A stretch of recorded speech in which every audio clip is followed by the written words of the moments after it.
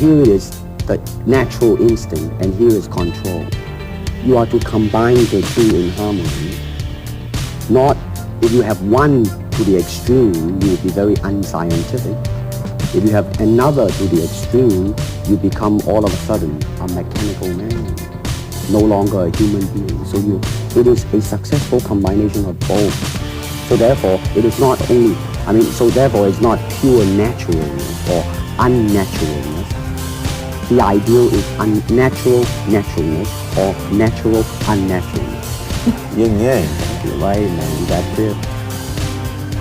Most people know the name Bruce Lee out there in the world as that guy, that Chinese guy who did some action movies in the 70s, the Kung Fu guy.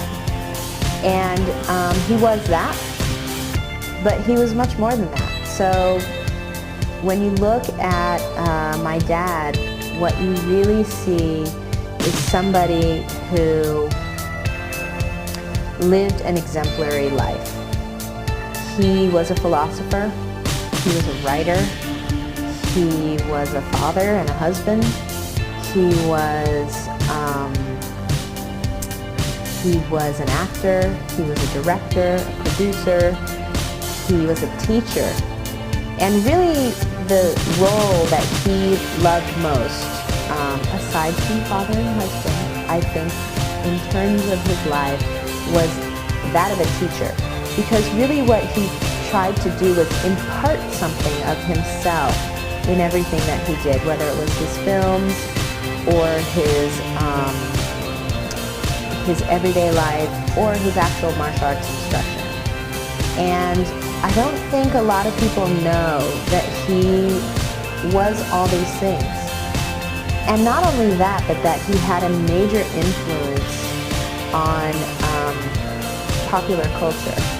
Recently there was a documentary on the History Channel called How Bruce Lee Changed the World. And it was a 2-hour documentary that really touched on all of these different areas. How he influenced martial arts, how he influenced filmmaking, fitness training, music, philosophy, even branding. And it really talks about the influence of his legacy, and that is the message that we're really trying to get out there. That he was, in some ways, he was so ahead of his time, and the fact that he didn't just espouse these things, but he lived these things, is what is very inspiring to this day.